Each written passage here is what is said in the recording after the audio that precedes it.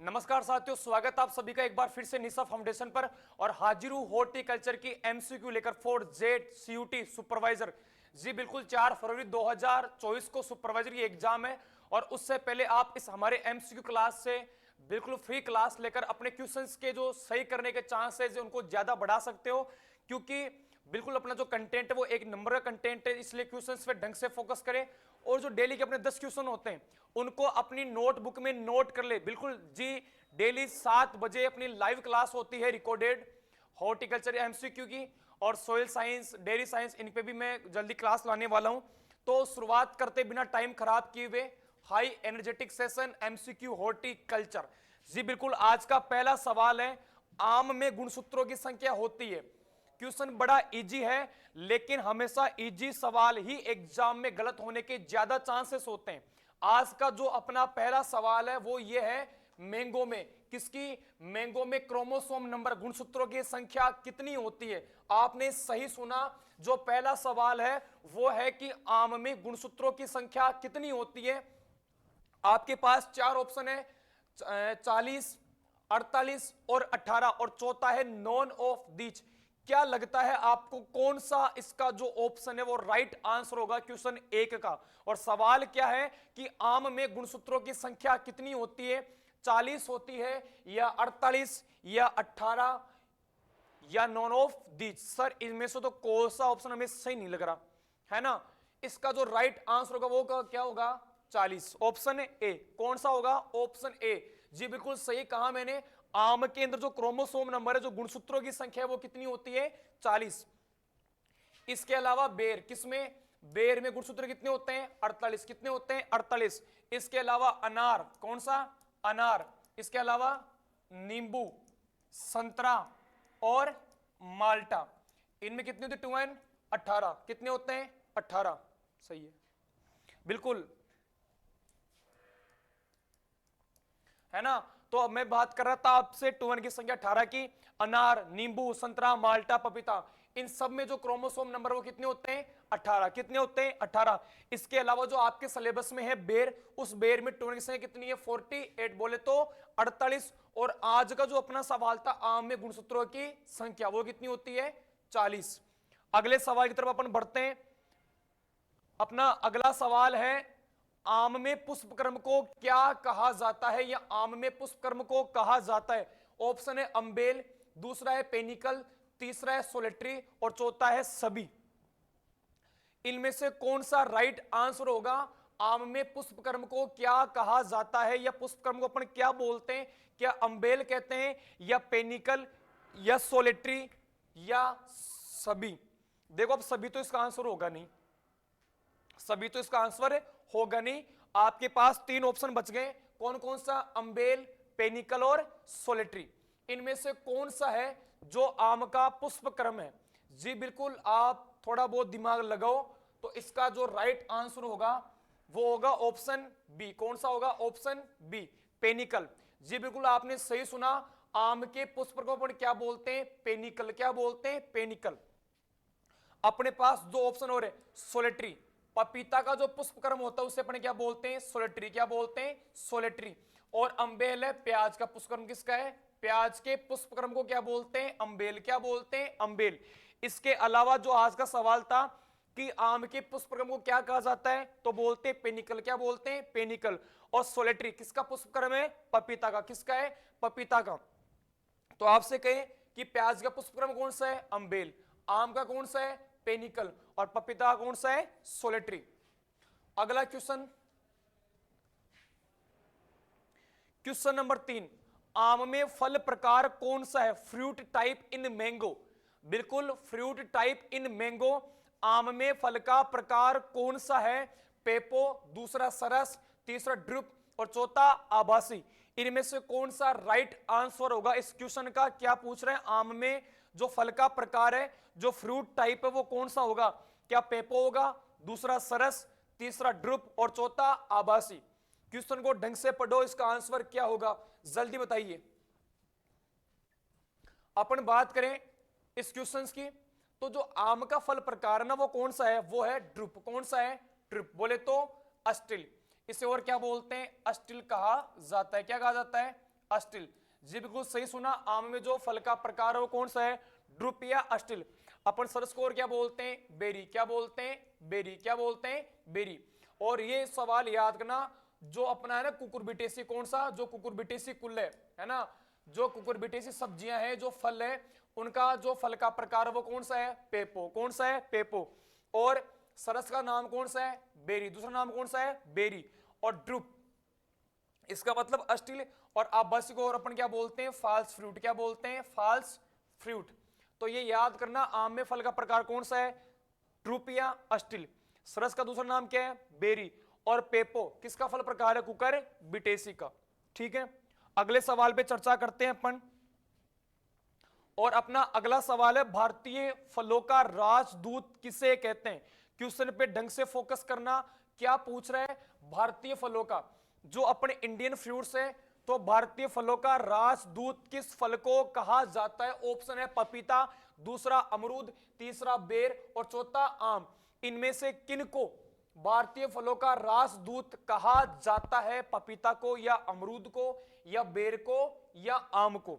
इसका right answer कौन सा होगा कि निम्न में से किनको भारतीय फलों का राजदूत कहा जाता है। आपके पास चार ऑप्शन है, क्या पपीता हो सकता है, तो अमरूद होगा, या बेर या आम। देख लो कौन सा होगा। इसका राइट आंसर होगा, भारतीय फलों का राजदूत बोलते हैं मैंगो। किसे बोलते हैं, मैंगो को। इसके अलावा भारत का गौरव, किसका गौरव, भारत का गौरव, है ना। इसके अलावा बाथरूम फ्रूट, क्या बोलते हैं, बाथरूम फ्रूट। किसको बोलते हैं, आम को। किसको बोलते हैं, आम को। इसके अलावा फलों का राजा, किसका राजा, फलों का राजा, वो किसको बोलते हैं, आम को। किसको बोलते हैं, आम को। तो आपके पास चार क्वेश्चन सोल्व हो गए कि भारत का गौरव, बाथरूम फल और फलों का राजा। इसके अलावा भारतीय फलों का राजदूत। पुराने जमाने में जो फलों की जब बात करें तो उनमें जो किंग था अपना कौन था, आम। मतलब आम से भारत की पहचान थी। तो भारतीय फलों का राजदूत, भारत का गौरव, बाथरूम फ्रूट और फलों का राजा, वो कौन है, मैंगो। कौन है, मैंगो।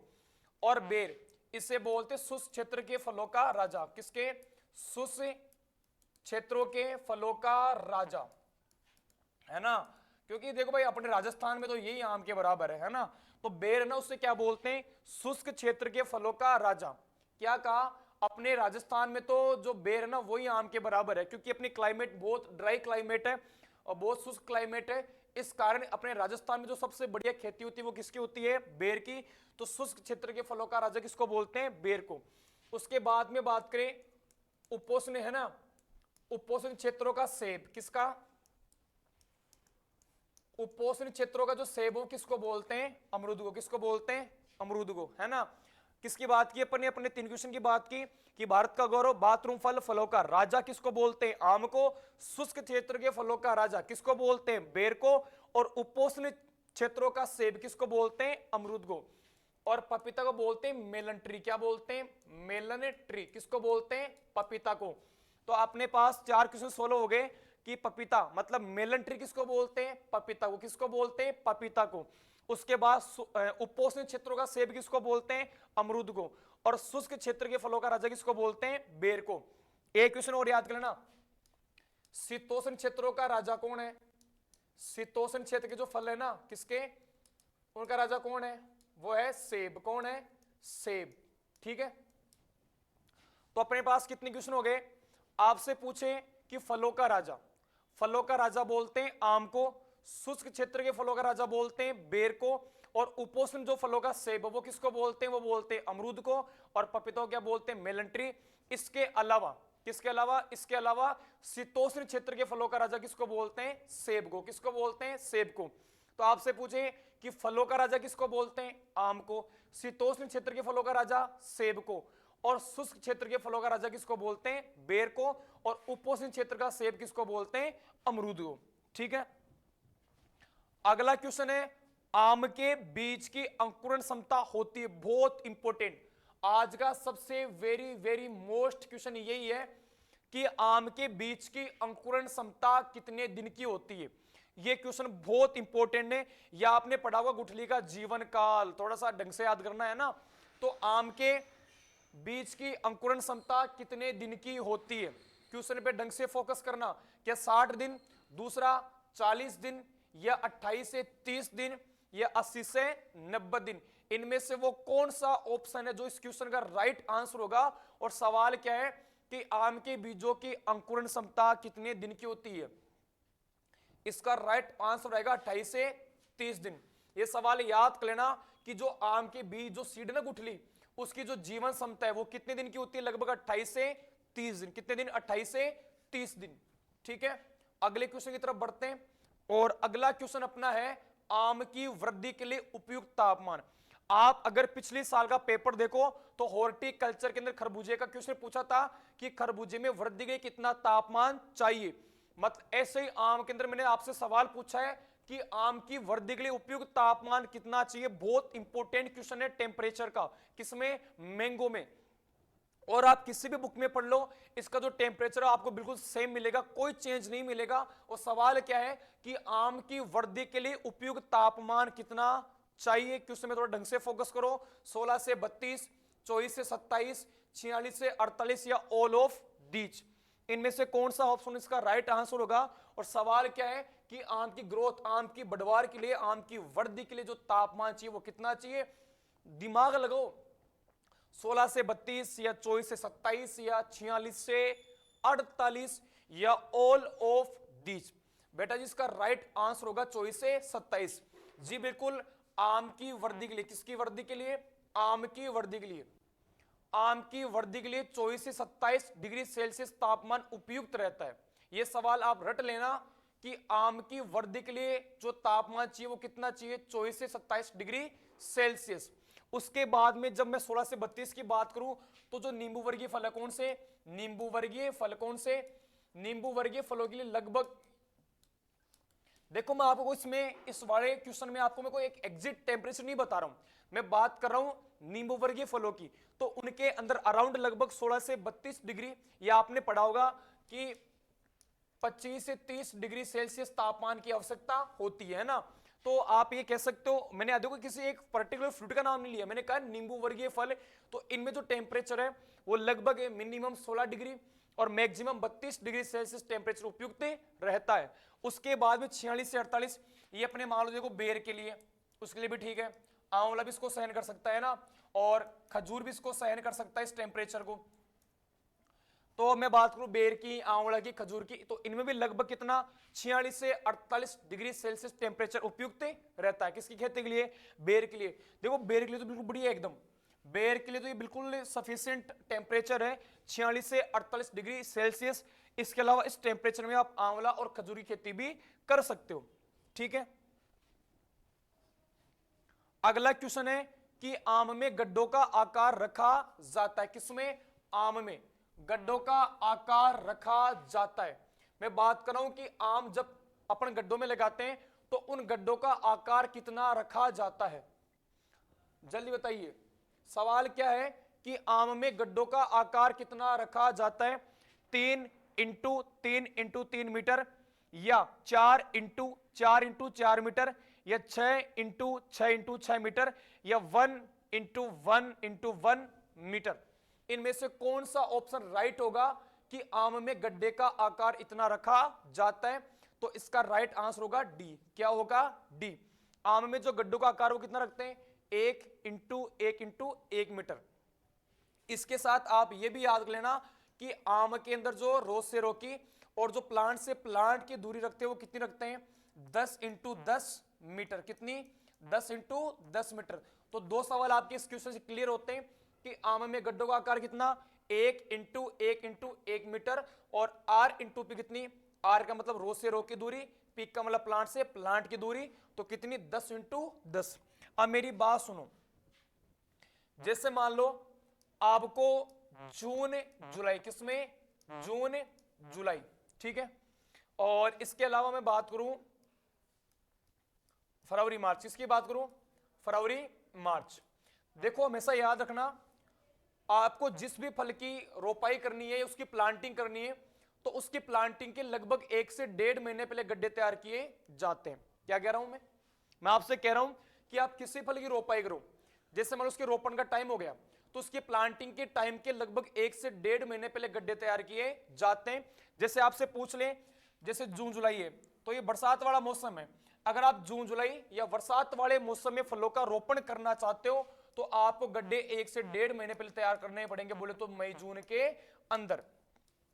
ये सीधा सा क्वेश्चन आप याद भी कर लो कि अगर जून जुलाई में अपन फलों की रोपाई करते हैं तो उनके गड्ढे कब तैयार करेंगे, मई जून के अंदर। और आपसे कह दे कि फरवरी मार्च में फलों का रोपण करना है तो आप गड्ढे कब तैयार करोगे, लगभग नवंबर दिसंबर में। कब करोगे, नवंबर दिसंबर में। या आप कह सकते हो इसमें देखो एक आप जनवरी याद कर सकते हो फिक्स, है ना। आपसे कह दें कि जून जुलाई में फलों का रोपण करना है वर्षा ऋतु में, तो मई जून के अंदर आप गड्ढे तैयार करो। और आपसे कहते हैं कि वसंत ऋतु में फलों का रोपण करना है फरवरी मार्च में, तो आप नवंबर दिसंबर या जनवरी तक आप गड्ढे तैयार कर सकते हो। ठीक है, अगला क्वेश्चन बहुत इंपॉर्टेंट है और आप बहुत से बच्चों ने नहीं पढ़ा होगा मेरे हिसाब से, किसी का पढ़ा हुआ तो अलग बात है, मेरे हिसाब से कम ही पढ़ा हुआ होगा। क्वेश्चन क्या है कि आम के परिपक्व होने पर आम का जो आपेक्षिक घनत्व है ना, उस पर क्या प्रभाव पड़ता है। जी बिल्कुल, सवाल बहुत इंपॉर्टेंट है, नया सवाल है कि आम के परिपक्व, जब आम पक जाता है, देखो इसका आपेक्षिक घनत्व आम की परिपक्वता का सूचकांक है, मतलब इसका ये जो घनत्व ना आपेक्षिक घनत्व, ये आम की परिपक्वता को दर्शाता है ना। तो आम के परिपक्व होने पर आपेक्षिक घनत्व पर क्या प्रभाव पड़ता है, क्या इसका घनत्व बढ़ता है या घटता है या कोई प्रभाव नहीं, या ये सभी कंडीशन होती है।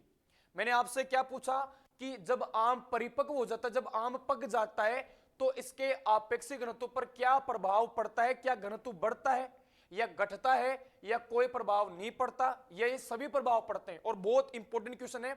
और मैंने आपसे कहा कि इसका आपेक्षिक घनत्व आम की परिपक्वता का सूचकांक है, मतलब उसको दर्शाता है कि यहां पका या नहीं पका। अब मेरी बात सुनो, जब आम परिपक्व हो जाता है, जब आम परिपक्व हो जाता है ना, तो आम का जो घनत्व है ना वो क्या होता है, बढ़ता है। क्या होता है, बढ़ता है। मतलब आप समझ जाना कि जब आम का आपेक्षिक घनत्व बढ़ रहा है या आम का आपेक्षिक घनत्व बढ़ गया, इसका मतलब आम क्या है, परिपक्व। क्या है, परिपक्व। तो आपसे पूछे कि आम के परिपक्व होने पर आपेक्षिक घनत्व पर क्या प्रभाव पड़ता है, बोले तो बढ़ता है। क्या होता है, बढ़ता है। ठीक है, इस क्वेश्चन को ढंग से याद कर लेना।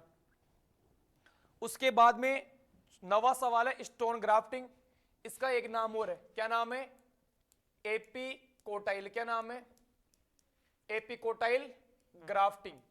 तो स्टोन ग्राफ्टिंग या ये जो एपिकोटाइल है, ये मुख्यतः किसमें अपनाते हैं, आम में। किसमें, आम में। और कौन से एरिया में, महाराष्ट्र के कोंकण क्षेत्र में। किसमें, महाराष्ट्र के कोंकण क्षेत्र में।